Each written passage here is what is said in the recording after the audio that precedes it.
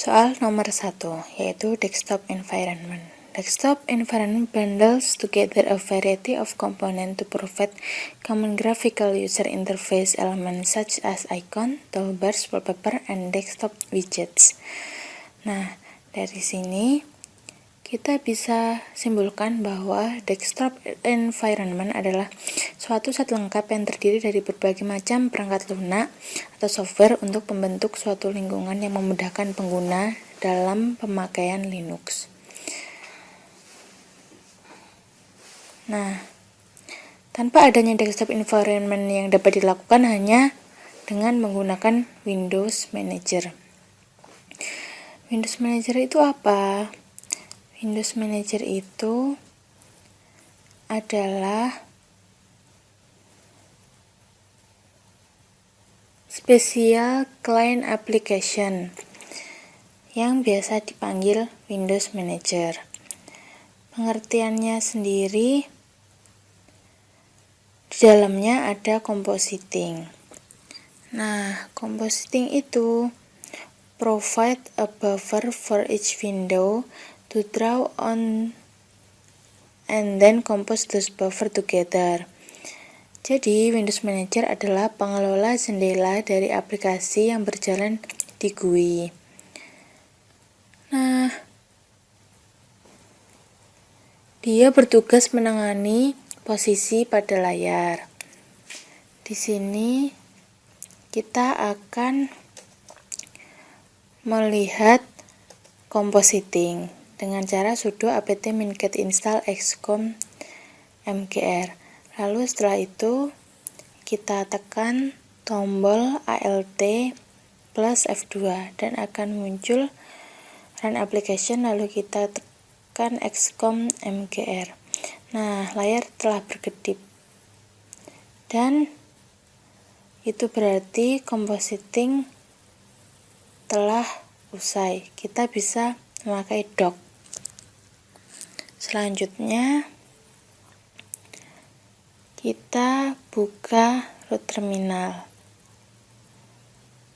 Lalu kita pilih sudo apt-get install Chromium.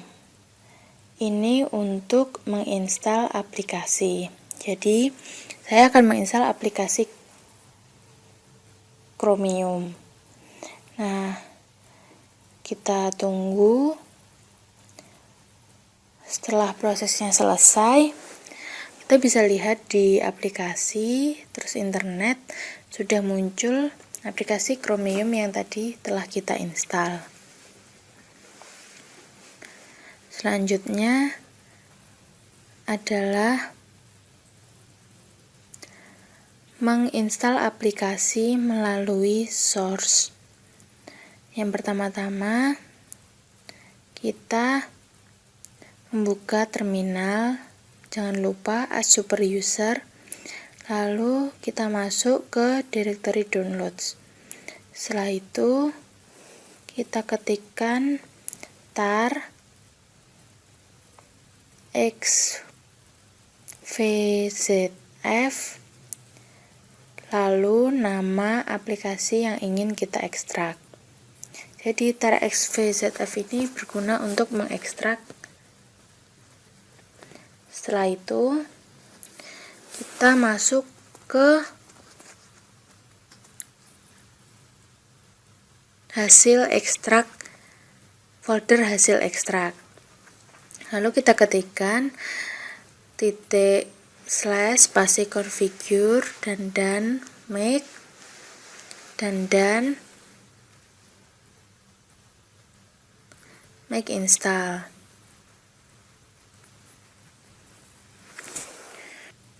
Nah, setelah itu kita telah berhasil melakukan penginstalan melalui source. Meskipun tulisannya violet, tetapi step-step yang dilakukan telah benar. Lanjut soal nomor 2, yaitu apa pengertian dari repository. Nah, repository adalah sekumpulan paket-paket aplikasi atau program untuk sebuah sistem operasi, contohnya adalah Linux, yang digunakan untuk menunjang kinerja dari sebuah aplikasi, program, dan sebagainya. Nah, kita bisa dapat dari server Mirop website paket-paket tersebut. Lalu, paket-paket itu adalah paket khusus untuk membuat kinerja sistem operasi menjadi lebih baik.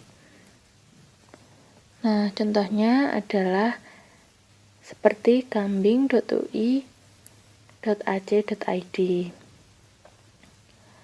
Nah, dapat disimpulkan bahwa repository adalah paket-paket yang dikhususkan dan disediakan untuk diinstal oleh Linux. Kita bisa lihat di root terminal, lalu kita ketikkan sudo gedit /etc/apt source.list. Nah, di sini kita akan menguncomment repository yang telah saya ketikkan sebelumnya, yang saya dapatkan dari Google. Lalu kita save.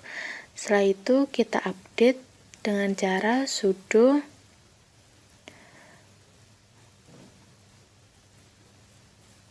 apt min get update. Jangan lupa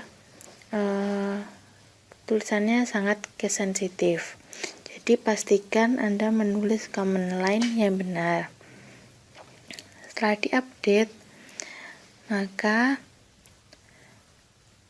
akan muncul bahwa repository telah ditambahkan ke Linux milik kita. Ya.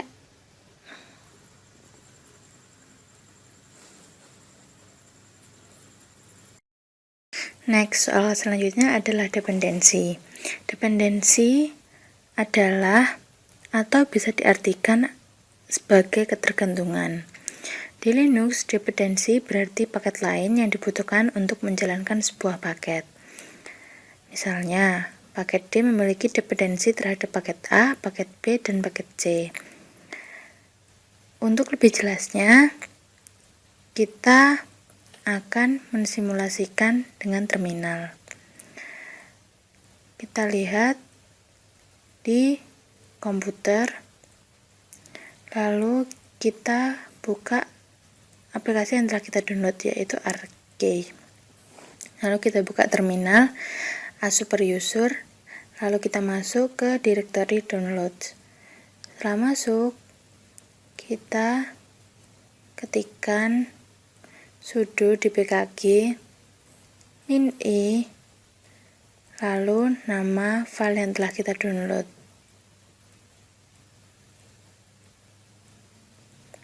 Nah, di sini tertulis bahwa dpkg.2 dependency problems prevent configuration of Arch.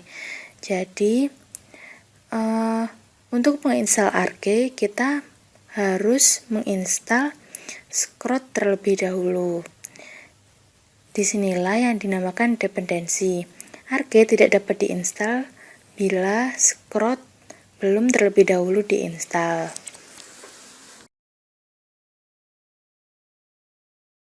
Selanjutnya, kita akan masuk ke soal interface. Yang pertama, kita buka seperti biasa terminal, super user, kita ketikkan command line seperti yang terlihat di layar.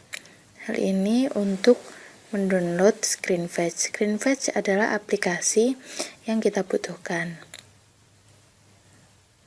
Setelah itu kita menunggu, dan setelah ScreenFetch terdownload, kita ketikkan command line seperti yang ada di layar juga, yaitu chmod +x spasi ScreenFetch. Nah, setelah itu kita ketikkan command line terakhir, yaitu sudo spasi mv spasi ScreenFetch spasi /usr/bin/. Nah, di sini kita bisa lihat bahwa bila terminal diketikkan ScreenFetch, maka akan terlihat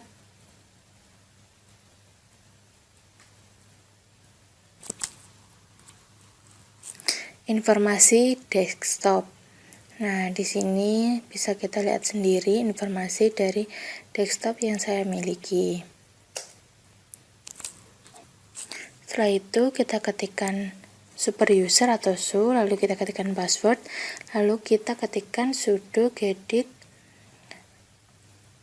bash rc. Nah, di sini kita ketikkan screen fetch di geditnya, lalu kita save. Di sini gunanya untuk membuat aplikasi tersebut berjalan tiap kali terminal dinyalakan. Nah, setelah ini kita bisa lihat sendiri setiap kali su diketikkan akan langsung muncul screen fetch. Lalu ketika kita buka root terminal juga seperti itu. Soal selanjutnya adalah merubah wallpaper, tema, dan juga icon. Untuk merubah wallpaper, kita ketikkan command line seperti yang terlihat pada layar. Ya, yang ini adalah mengganti tema terlebih dahulu. Bedanya adalah di GTK -theme. Kita pilih tema high contrast inverse. Nah, terlihat kan bedanya? Setelah itu kita ganti wallpaper sama, tetapi kita ubah desktop.background, lalu picture strip URI, lalu file, dan kita masukkan tempat di mana kita menyimpan gambar yang akan kita jadikan wallpaper. Lalu klik enter dan terlihat bahwa wallpaper telah berhasil diubah. Yang terakhir adalah mengubah icon. Mengubah icon hampir sama dengan mengubah tema, hanya diganti menjadi icon, lalu kita ubah menjadi high contrast. Nah, terlihat kan ikonnya telah berubah.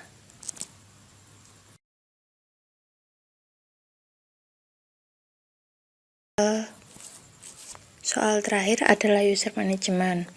Nah, di sini kita buka terlebih dahulu terminal, lalu jangan lupa sebagai super user, lalu kita ketikkan add user spasi syshop, lalu kita masukkan password yang telah ditentukan. Setelah itu kita enter saja karena default, lalu kita klik Y atau benar.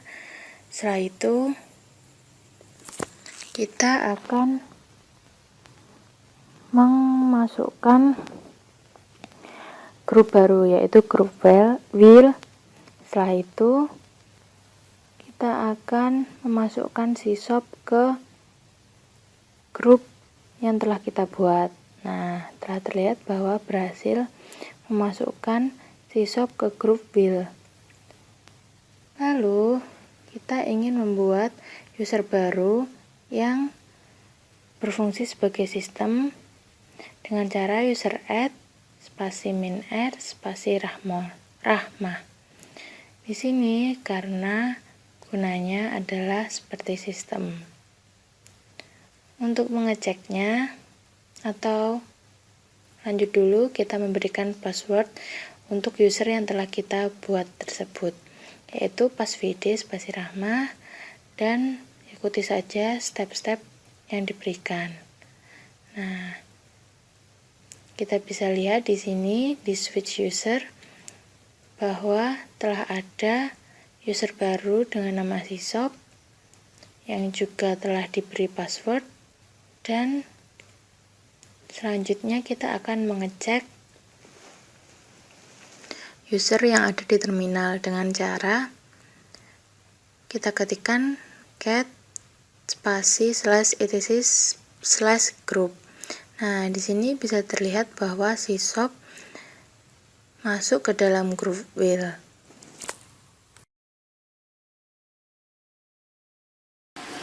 Ya, soal bonus yang pertama yaitu kita buka terminal as super user, lalu ketika ketikkan mandate, di sini akan terlihat perintah-perintah yang digunakan.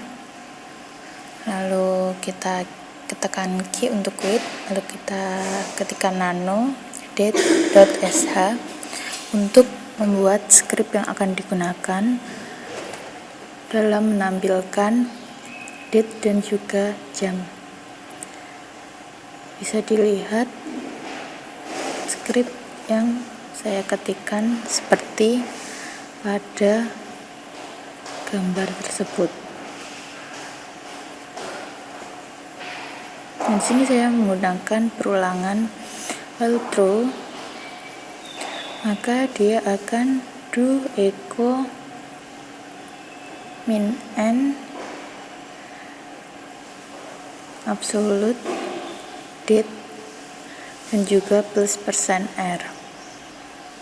Nanti akan saya jelaskan plus %a, %b, %y, dan plus %r itu apa. Lalu kita slip 1 dan down. Nah, di sini plus %a adalah digunakan untuk menampilkan hari, lalu %b bulan, dan %y untuk tahun. Dan %r digunakan untuk menampilkan jam dalam format AM dan PM.